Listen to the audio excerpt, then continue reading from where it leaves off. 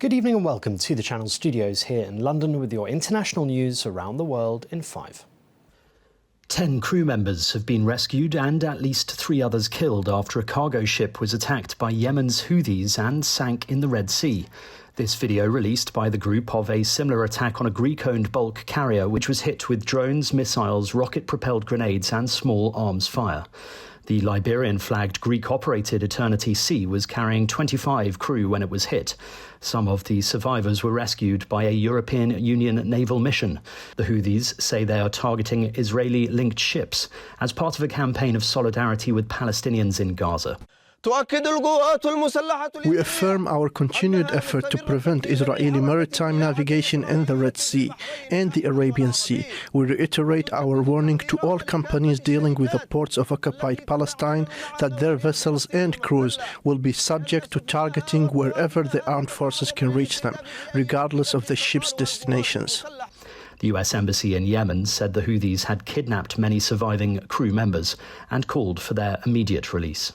Yes, the Houthis are clearly back as a maritime threat actor, right? They never stopped attacking Israel. So despite all this talk about a ceasefire with the US, the attacks on Israel continued. But indeed, we haven't seen any real attacks on merchant shipping since December last year. And they're back with a bang.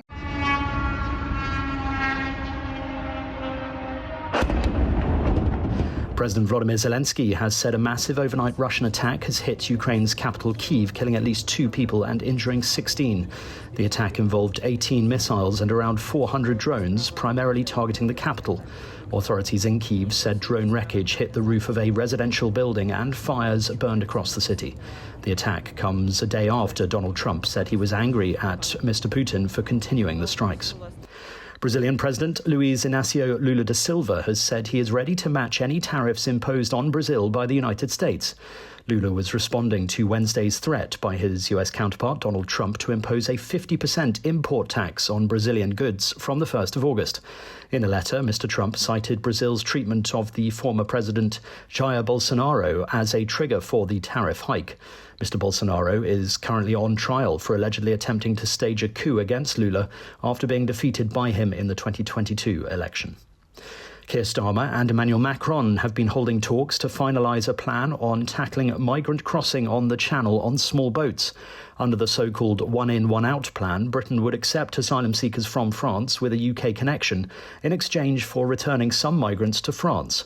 Around 50 migrants could be sent each way per week under an initial pilot, a tiny fraction of the usual numbers crossing the Channel.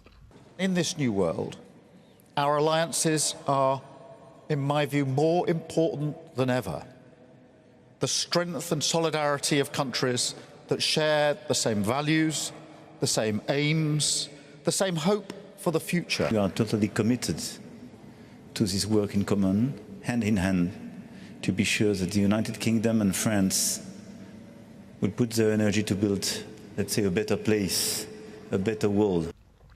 Pakistan police have arrested 149 people in a raid on a scam call centre. The country's National Cyber Crime Investigation Agency said it acted after a tip-off about the network, which was operating in the city of Faisalabad. It said the centre was involved in Ponzi schemes and tricked people into handing over vast sums of money in the name of fake investments.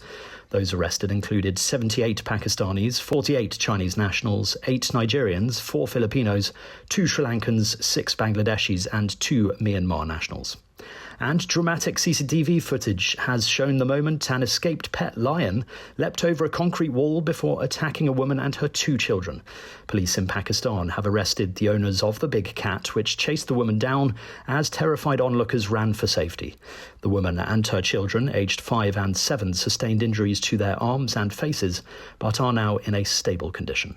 And that's your international news around the world in 5. Now back to the Channel Studios in Lagos.